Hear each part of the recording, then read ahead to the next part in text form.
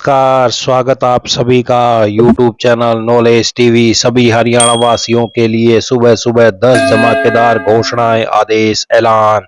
क्या है पूरी अपडेट, आइए देखते हैं। हरियाणा की हर छोटी से बड़ी योजना, घोषणा, आदेश, फैसला, मौसम, सभी की जानकारी सबसे पहले यहाँ पर मिलती है, तो सब्सक्राइब जरूर कर लें। तो चलिए देखते हैं सुबह सुबह 10 बड़ी खबरें, घोषणा, ऐलान। पहली बड़ी घोषणा, मौसम को लेकर हरियाणा के 17 जिले, उत्तरी और दक्षिणी पूर्वी हिस्सों में बारिश का येलो अलर्ट जारी किया है।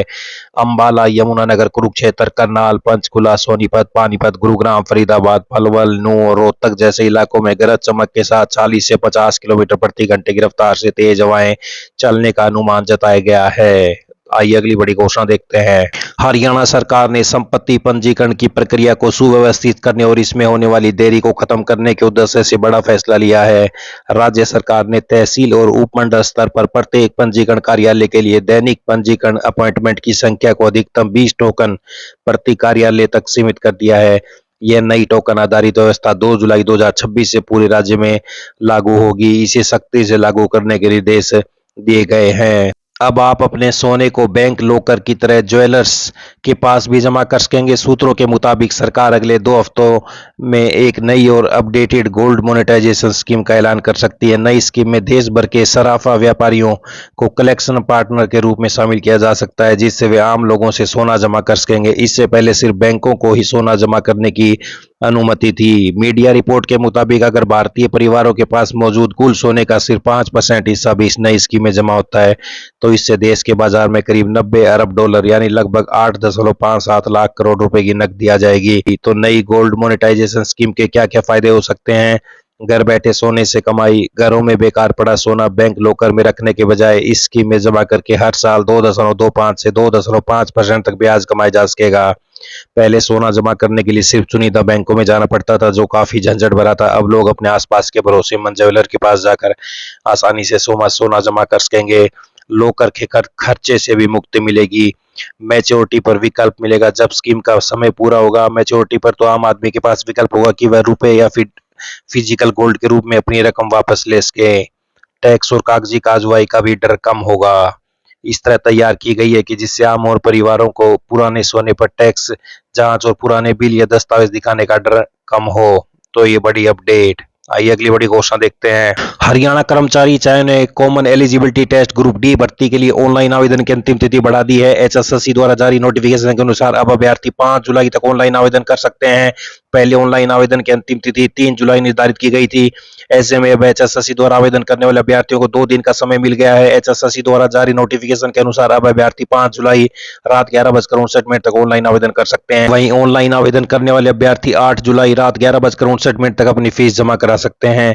वहीं एप्लीकेशन फॉर्म में सुधार और संपादन के लिए 9 से 11 जुलाई रात 11:59 तक का समय दिया गया है। तो एचएसएससी ने सीटी ग्रुप डी के आवेदन की तिथि बढ़ा दी है। 5 जुलाई तक कर पाएंगे आवेदन, 8 तक फीस जमा होगी। आइए अगली बड़ी घोषणा देखते हैं। ईडब्ल्यूएस वर्ग के आईटीआई विद्यार्थियों को मिलेगा मासिक स्टाइपेंड। ईडब्ल्यूएस विद्यार्थियों को मिलेगा 2000 तक का मासिक स्टाइपेंड। 377 सरकारी आईटीआई में लगभग 1 लाख सीटों पर प्रवेश। ड्यूल सिस्टम ऑफ ट्रेनिंग से मिलेगा उद्योगों में व्यवहारिक अनुभव। रोजगारोन्मुख कौशल विकास को मिलेगा नया प्रोत्साहन। तो ईडब्ल्यूएस वर्ग के आईटीआई विद्यार्थियों को मासिक स्टाइपेंड मिलेगा। अब नर्सरी में पौधे बेचने वालों पर भी शिकंजे की तैयारी है। किसानों को पौध पूरी तरह से ठीक मिले और पौध के नाम पर धोखाधड़ी नहीं हो, इसके लिए सरकार ने ठोस कदम उठाया है। किसानों को नकली, घटिया और रोगग्रस्त पौधों से होने वाले नुकसान से बचाने के लिए सरकार ने हरियाणा उद्यानिकी नर्सरी नियम 2026 अधिसूचित किए हैं, जिनके तहत अब राज्य में संचालित प्रत्येक उद्यानिक नर्सरी के लिए लाइसेंस लेना अनिवार्य होगा। साथ ही किसानों को यह भरोसा मिलेगा कि जिस पौध को खरीद रहे हैं उसी गुणवत्ता, नस्ल और स्रोत प्रमाणित है। फलदार पौधों पर क्यूआर कोड लगाए जाएंगे। प्रदेश में अब नर्सरी चलाने के लिए लाइसेंस जरूरी। आइए अगली बड़ी घोषणा देखते हैं। हरियाणा सरकार की जमीन की रजिस्ट्री और इंतकाल प्रक्रिया में बड़ा बदलाव करने जा रही है। मुख्यमंत्री ने अधिकारियों को निर्देश दिए कि विदेश में रहने वाले हरियाणा के लोगों के लिए भी वीडियो कॉल या अन्य आधुनिक तकनीक के जरिए ऑनलाइन रजिस्ट्री की व्यवस्था विकसित की जाए। साथ ही प्रदेश में लंबित सभी पुराने इंतकाल मामलों का निपटारा अगले 1 महीने के भीतर करने के निर्देश दिए हैं। नई व्यवस्था में आधार आधारित ई-केवाईसी, डिजिटल हस्ताक्षर और बायोमेट्रिक सत्यापन अनिवार्य होगा। प्रत्येक दस्तावेज पर क्यूआर कोड होगा जिससे उसकी प्रमाणिकता की जांच की जा सकेगी। पारदर्शिता बढ़ाने के लिए चयनित रजिस्ट्री आवेदनों की निगरानी एसडीएम डीआरओ स्तर पर भी होगी। अब डीटीपी की एनओसी जैसे दस्तावेज अलग से जमा करने की जरूरत नहीं होगी। संबंधित विभागों से ऑनलाइन सत्यापन होगा। आवेदक आवेदन आवेदन की स्थिति ऑनलाइन देख सकेंगे। अतिरिक्त दस्तावेज और ई स्टैम्प भी डिजिटल माध्यम से अपलोड कर सकेंगे। सामान्य अपॉइंटमेंट को जरूरत पड़ने पर तत्काल श्रेणी में बदलने की सुविधा भी मिलेगी। तो विदेश से भी ऑनलाइन रजिस्ट्री करने की तैयारी। सीएम की चेतावनी, रजिस्ट्री प्रक्रिया में अनावश्यक आपत्ति लगाने वाले अधिकारी की जवाबदेही तय होगी। 1 महीने में पुराने इंतकाल निपटाने के निर्देश। आई अगली बड़ी घोषणा देखते हैं। देश का पहला एआई पावर्ड जॉब फेयर रोजगार मेला 9 जुलाई को कुरुक्षेत्र विश्वविद्यालय के श्रीमद् भगवद गीता सदन के क्रैश हॉल में लगेगा।